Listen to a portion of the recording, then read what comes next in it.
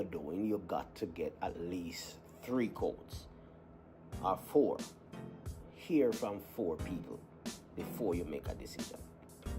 3 or 4. 3 the least. You can get as much as possible, but I'll say 3 or 4.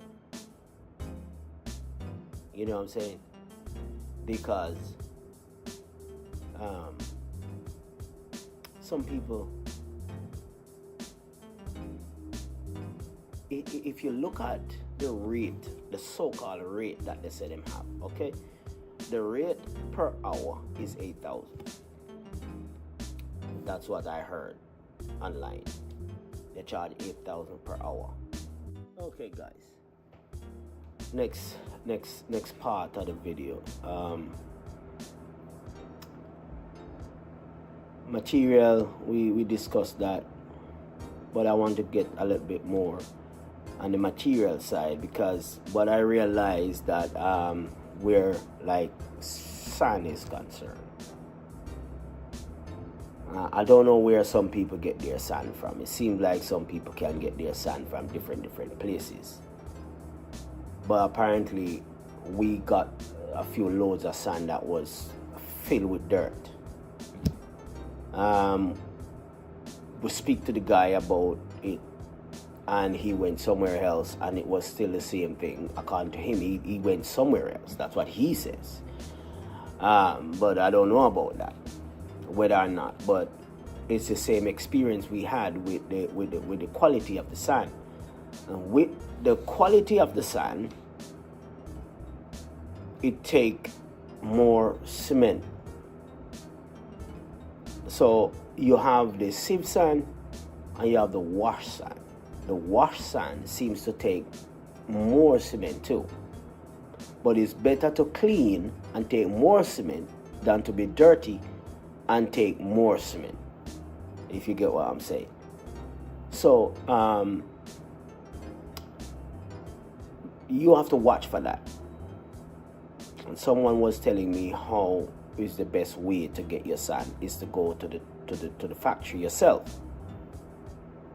and order your sand, pre-order your sand from the factory, and just get a truck to haul it, rather than having them purchase it and then it's like they come and sell it back to you, basically, because that's what it is, really, if you think about it.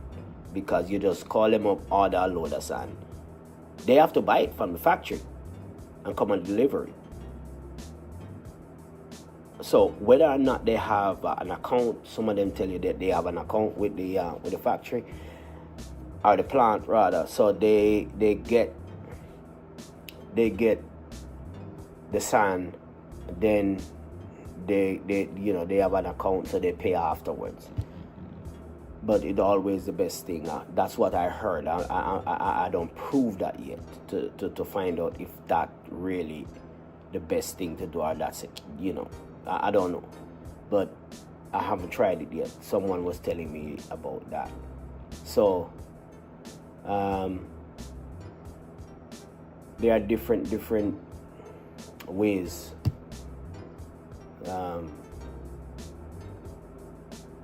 to deal with it. And so I'm going to be trying that the next time to see if that's the best thing to do.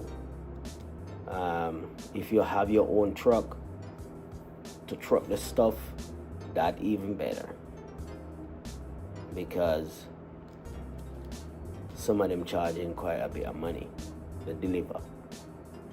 So what they charge to deliver, you could get 2 loads of sand for that, or 2 loads of gravel. You know what I'm saying? If you had your own truck.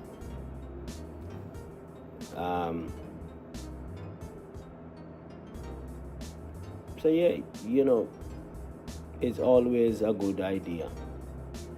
You can't have all the equipment that you need for construction if you're just building a house and you're not going into construction business. But those of us that are inspired to go into the business full time have to think like that. It's best to have your own equipment. I've seen And I'm telling you, when I say shop around at all the hardwares to find out, to get, the best price, even the equipment you have to do like that too. I was trying to get a backhoe, and one guy charged me this, one guy charged me that, the other one charged me that, and at the end of the day, when I'm ready for some of these guys, they are not there, and then the next one come and charge me this, and then he said, how much you pay for doing that? I say such and such. They say, I wouldn't charge you that. I wasn't, because they didn't available when it was time for me to do what I'm doing. They weren't available. And, everything you're doing, you got to get at least 3 quotes or 4. Hear from 4 people before you make a decision. 3 or 4. 3 the least. You can get as much as possible, but I'd say 3 or 4.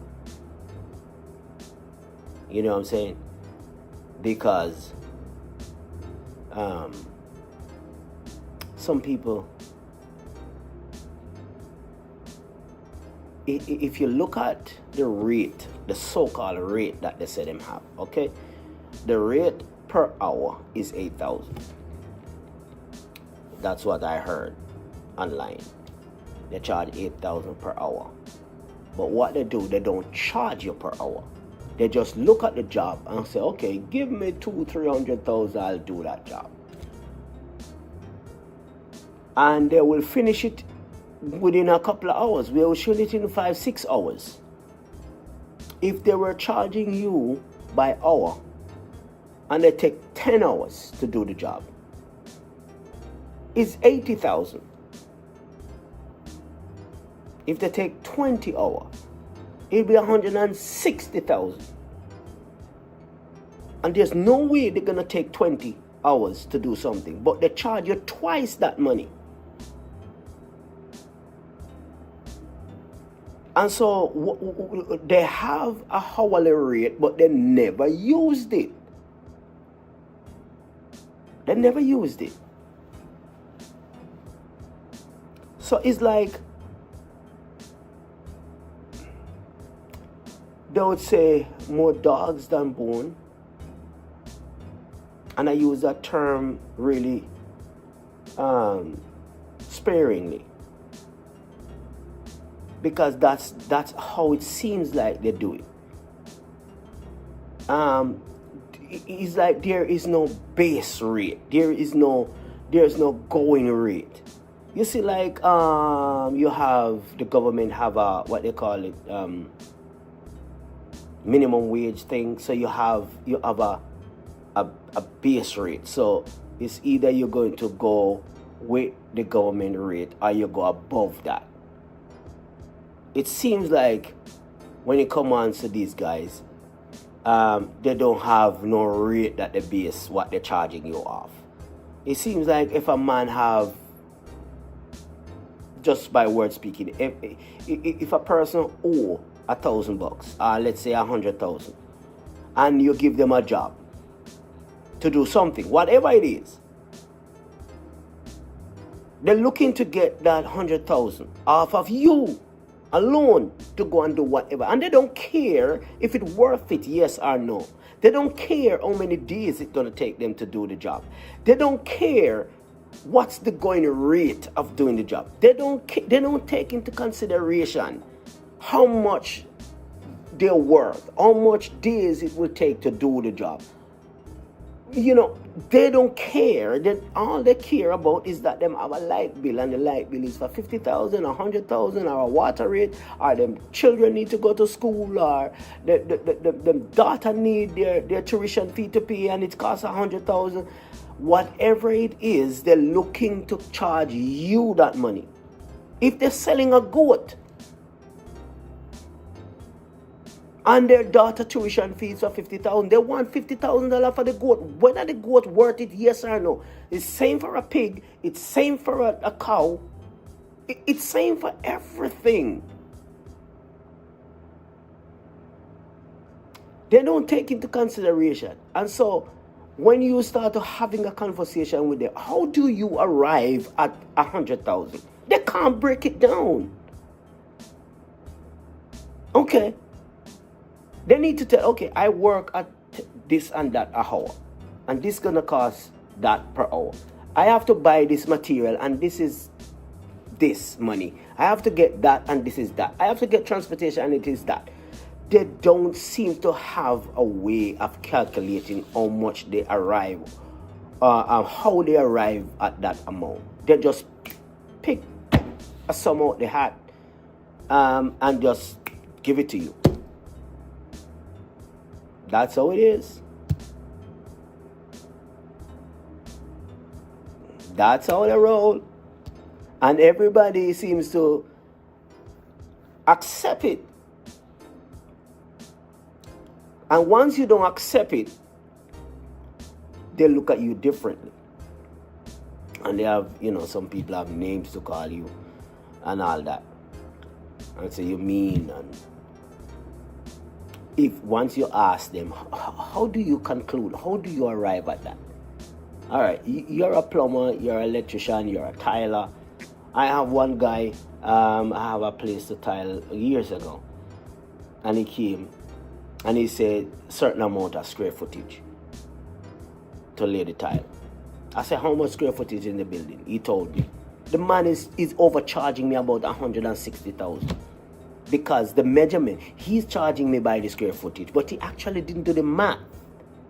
And I'm saying to you, look, it cannot be correct. If this is what you charge me per square footage, and the building measured this in square footage, how you arrive at that money? One little living room, the man is charging me almost $300,000 to do. Because of his bad calculation. He can do the job, but they don't understand how to calculate, how to measure, not even measurement. Some of them don't know how to do a calculate measurement. But them call himself a tradesman. I see one guy laying bricks, and he told us that he's laying bricks from how many years now? I think it's 30 odd years. And when I watch him laying the bricks, I say I don't want him back. I just allow him to work out the 2 days that he was. I don't want him back because the bricks are made a certain way. And you got to pay attention how you put them down, not because it's blocks. You would think that you could just lay it anyhow. You can lay it anyhow, but at the end of the day, it's going to cost the owner more money because you're going to waste a lot of stuff. They don't know there's a narrow side to the block and there's a wider side to the block. And the narrow side turned down and the broad side turned up.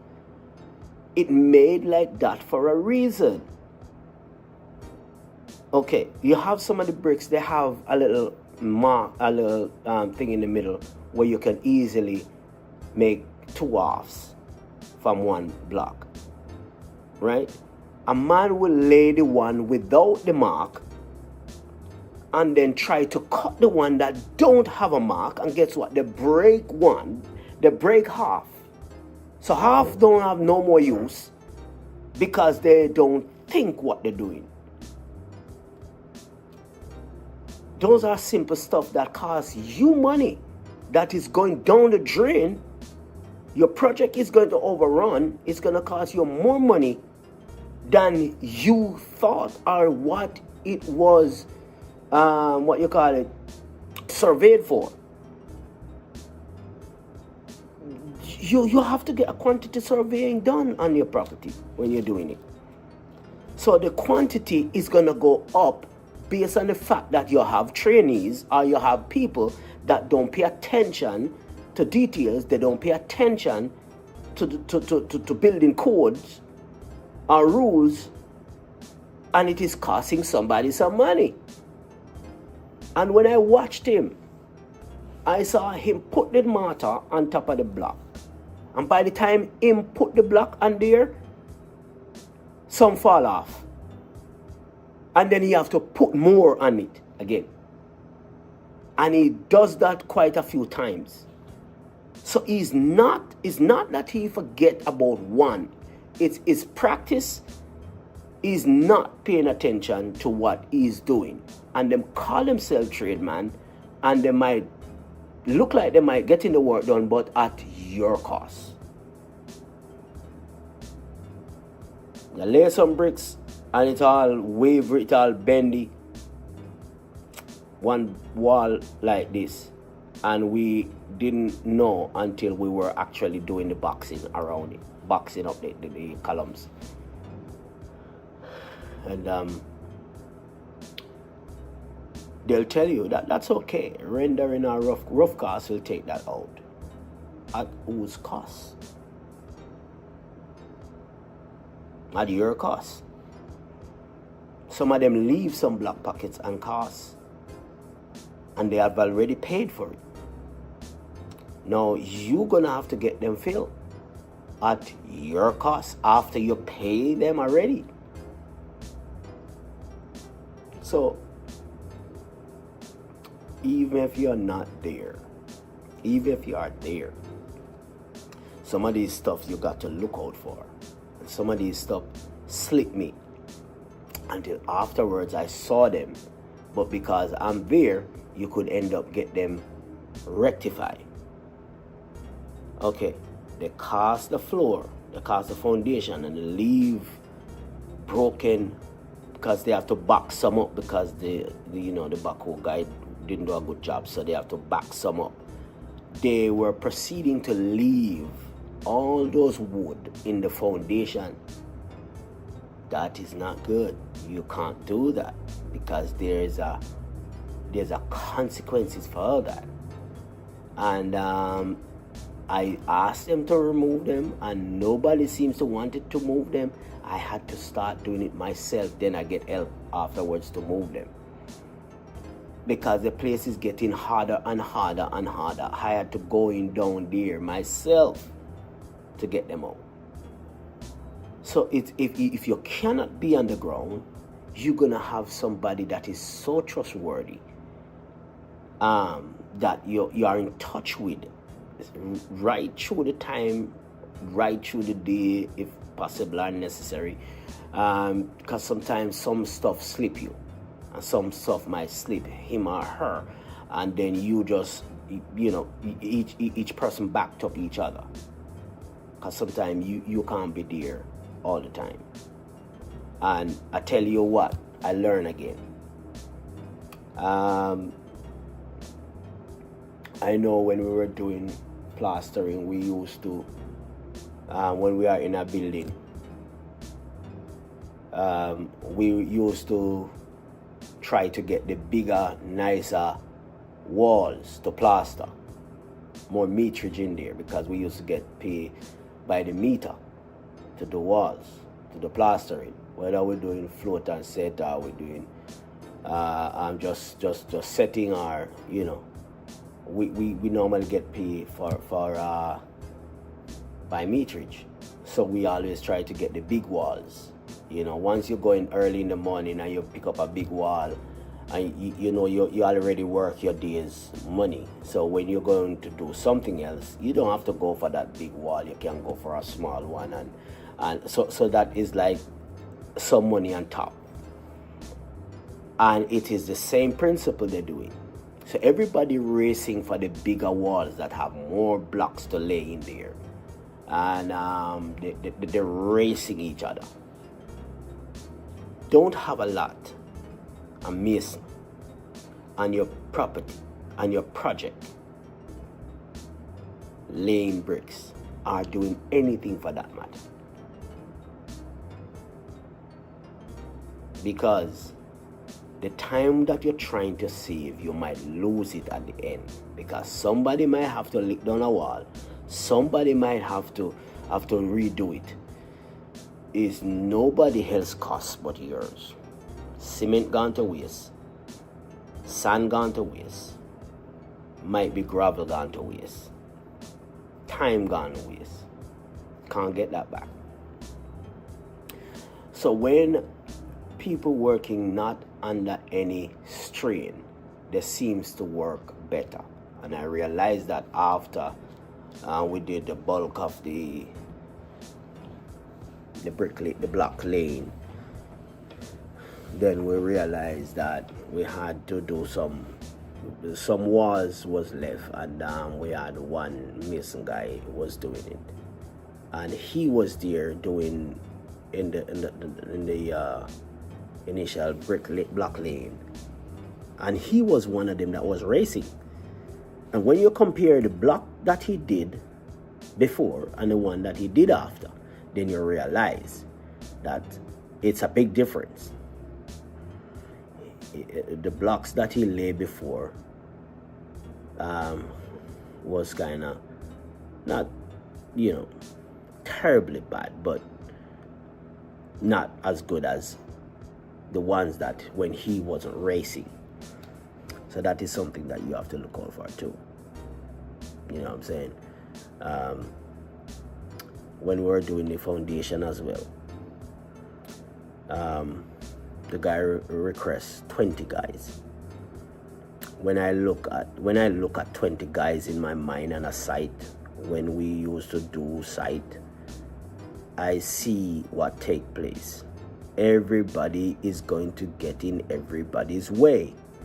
Sometimes it's not a person being lazy or don't want to work. It's just that somebody is in his way. So I said, listen, no, I'm not getting that much guys, because this is what is going to happen. And he's saying 20 man is all right and blah, blah, blah. Apparently, it didn't work out to get the 20 man. It got the exact amount that I told him. And even we get 15 guys or 14 guys, the same thing was happening. People was getting in people's way. And we get the job done with 14. And still, if we had an extra 6 person, that would be 6 person wasting time.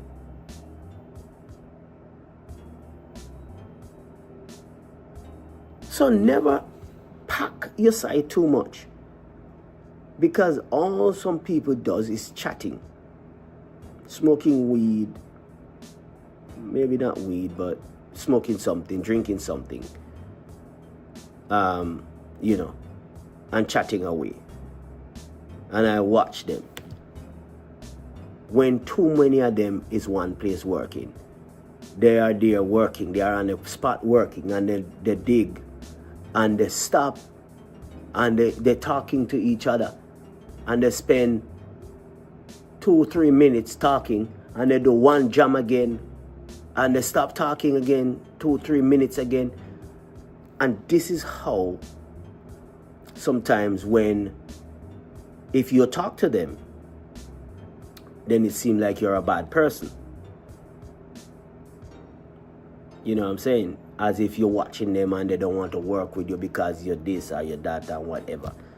And sometimes you have to just learn from certain things. You don't have to say nothing. Just learn from what I'm telling you, from what you're seeing, and know how to proceed without having an issue with anybody. Because sometimes you might end up without nobody want to work for you,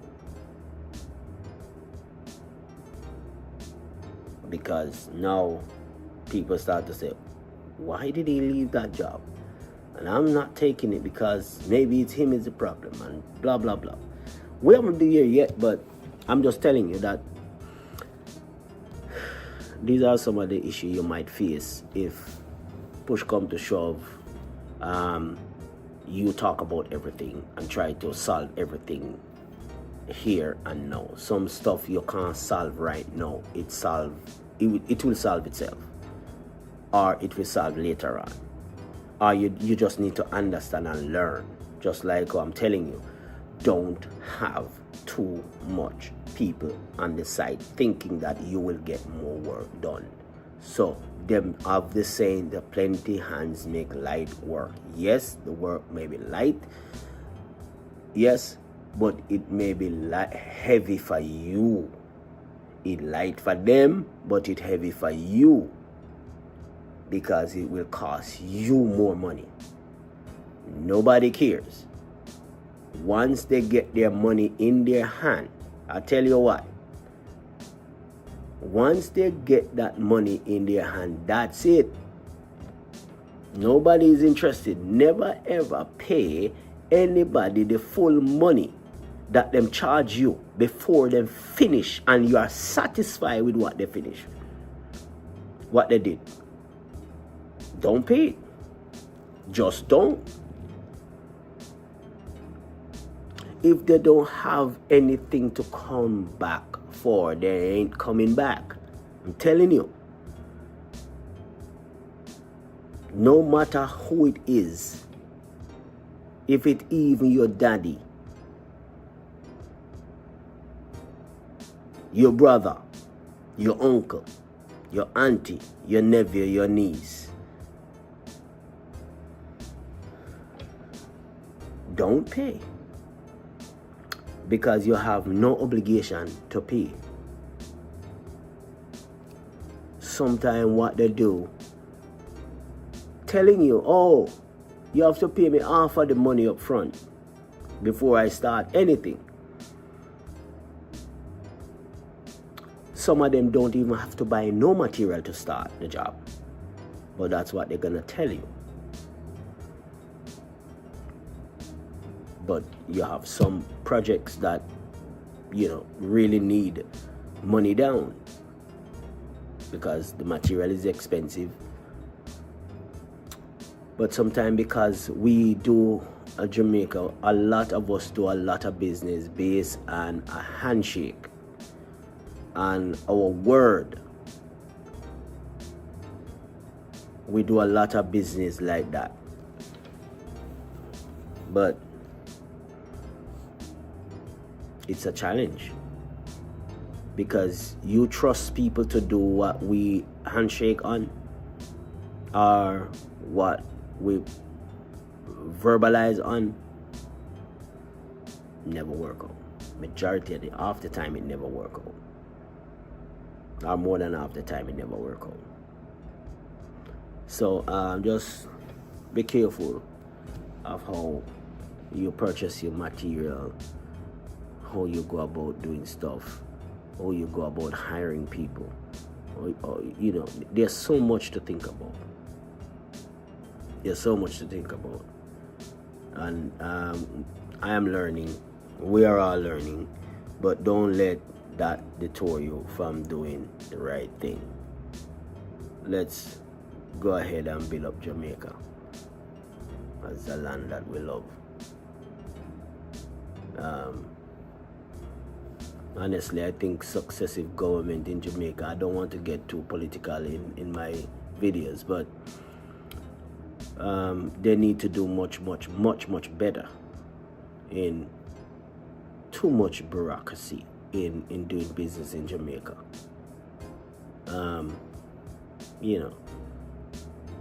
We did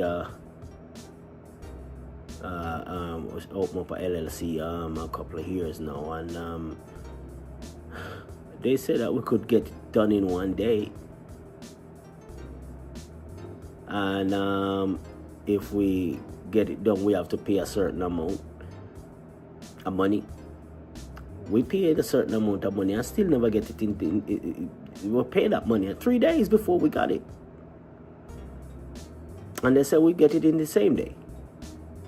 And if you pay this amount, you get it in 3 days. So it's like even the government sometimes rip you off. And it's sad to say.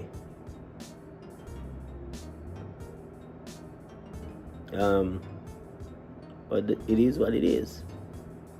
We have to change some of these stuff. Some of these stuff need to change. I go down there and I go into the banks. And I'm saying that they have ATM. Some of the ATM, one ATM for Jane in the whole town. And when you look at the queue to go to use the cash machine, the ATM, and then the ATM is over here, and then you have to go, if you want to go to the teller is over here, and if you're going to do other business, it's over here. And the bank is all filled and packed with people for hours. You are in a bank. It's like nobody who works can take their break, their lunchtime, and just run to the bank, do something, and go back to work. It's like going to the bank is all day. Going to the tax office is all day. Going to the doctor is all day. People going to the Western Union is half a day or a whole day. You're going to buy a simple patty. It's all day. You have to spend an hour and a half, 45 minutes to get a patty. And I'm saying, why don't you guys move to a bigger building or put some of the business? If somebody have to go and apply for a mortgage, or go and apply for a credit card, or apply for a loan, put them in one building. If your building is not big enough, move them over to our next building. Why you have people suffering like this, sitting down, waiting for 2, 3, 4 hours? My mom is 80, almost 80 years old, and she went to the bank just to update her system, and she have to sit in the bank for 4 hours, an 80-year-old woman. That is crazy. That's crazy. And that don't need no rocket science. That's as simple as it gets. So whoever, just divide the thing. If the building that you are in small, move some of this stuff to some other place, and just ease. So you would have more people going to the bank. You have more people will set up business, but you can't just get a business account. It's not easy to get a business account in Jamaica. And people would beg to differ. People would say different stuff. But whether you are a foreign-based person or a local-based person, it's the same thing. It's just difficult to get through. And so a lot of people don't have a bank account in Jamaica to 2025. If you want to transfer people, if people work with you, construction work with you, and you want to transfer their money to their account, you can't do. There's a lot of people, tradesmen, don't have a simple bank account for you to transfer their money to. Send them their wages. They don't. And I understand why. If you have to go to the bank for 5-6 hours to open a bank account, who want to do that? And number one, I went to the bank at 12 o'clock and they said, oh, it's too late to open an account. 12 o'clock. The bank closed at 5 or 4:30. And 12 o'clock, they're telling you it's too late. Come back tomorrow at 8:30. So if you don't get in between 8:30 and 10 o'clock, you can't get through again. It's another day. But Jamaica is still nice, I tell you. And that is what it seems like they have, because the place it is what it is. The people are fantastic. As bad as they say Jamaica is, I'm telling you, man, Jamaica is one of the most humorous people on planet Earth. Jamaican is one of the most kindest people on the planet Earth. Loving, caring, everything. Yes, we know you have the bad apples out there, but I'm telling you, a Jamaican man or woman hungry. You're not knowing that easy, you know. Because him happy same way. I go down there, I hit some fruits. Fruits is not much prevalent, but we luckily get some apples, we get mangoes, we get gooseberry. What else we got? We got star apple. What we got again? What did we get again? We got apples, mangoes, star apple. I see custard apple, but I couldn't get any. I didn't get none of that. But the fruits was some really fresh, nice callaloo, man. I'm telling you. Aki. Breadfruit. Even though the breadfruit was like just coming in. So I got some good amount. But what else we got? Oh God. We got quite a bit of stuff that, you know, I was so busy that I almost missed going to the beach. Almost. We actually went to the beach in the middle of the night. Not really the middle of the night, but early. We leave the beach like, I think it was 7, 8 o'clock. We leave because we went to the Salt River Mineral. We went to, and I tell you, man, the water was, oh God, it was like a refreshing. I went up underneath the stones. Whoever you guys probably know the mineral bath in Salt River, there's the stone that go underneath the road because the salt water is coming from the mountains. It amazes me how that works, how that happened. I don't know, but it coming from the mountain. The salt seawater is coming from the mountains.